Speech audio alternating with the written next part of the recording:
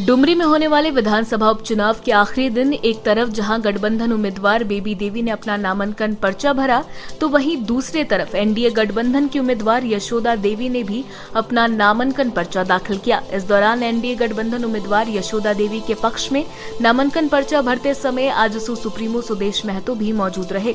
वहीं नामांकन पर्चा के भरने के बाद गठबंधन उम्मीदवार बेबी देवी के पक्ष में सूबे के मुख्यमंत्री हेमंत सोरेन ने केबी हाई स्कूल के मैदान में एक जनसभा को संबोधित करते हुए बेबी देवी के पक्ष में मतदान करने की अपील मतदाताओं से की है और कहा कि क्षेत्र में जो भी काम जगन्नाथ महतो के निधन के बाद बचा हुआ है उसे उनकी पत्नी बेबी देवी पूरा करेंगी। साथ ही उन्होंने अपने संबोधन में राज्य सरकार के द्वारा सरकार आपके द्वार कार्यक्रम की उपलब्धियों को गिनाते हुए कहा कि आज सरकार तेजी से विकास के कार्यों में आगे बढ़ रही है।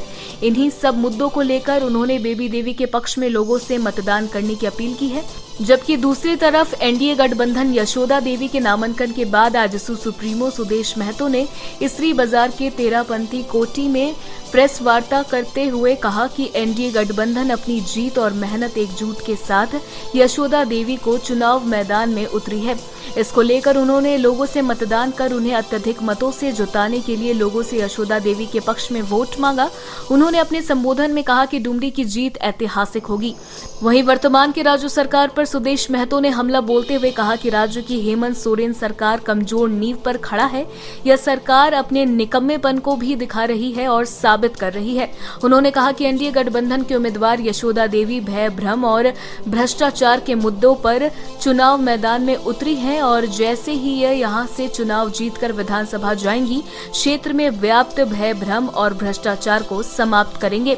सुदेश महतो ने कहा कि जैसे रामगढ़ उपचुनाव में एनडीए गठबंधन की जीत हुई है, वैसे ही डुमरी में भी एनडीए गठबंधन की जीत होगी और रामगढ़ चुनाव परिणाम डुमरी में भी दोहराया जाएगा।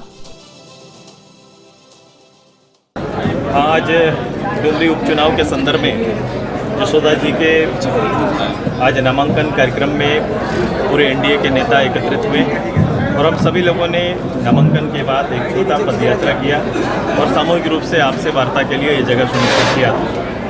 हम आपके माध्यम से अपने कार्यकर्ताओं को, भारतीय जनता पार्टी आजसू के संयुक्त कार्यकर्ताओं से अपील करते हैं कि अब रणनीति ये है, जो चुनाव सामने है, इस चुनाव को आने वाले 24 की दृष्टि से सभी लोग अपनी मेहनत, अपना योगदान सुनिश्चित करेंगे और एक ऐतिहासिक जीत की तैयारी करेंगे। सुदेश जी विपक्ष का कहना है कि यह रामगढ़ नहीं यह डुमरी है।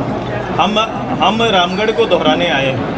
हमने रामगढ़ में किया। रामगढ़ जो बड़े नेता थे उनके परिवार का उनका अपना घर था, वो चुनाव में उतरने से पहले ये मेरा घर है, हम वहाँ से आगे निकले। अब हम डुमरी में हैं, ये मेरे आंदोलन की धरती है। आंदोलनकारियों का सोच, आंदोलनकारियों का ये जो केंद्र रहा है, डुमरी आंदोलन का केंद्र रहा है, आज उसी में फिर से हम सभी लोग मिलके एक नया इतिहास रचेंगे, यही तैयारी है।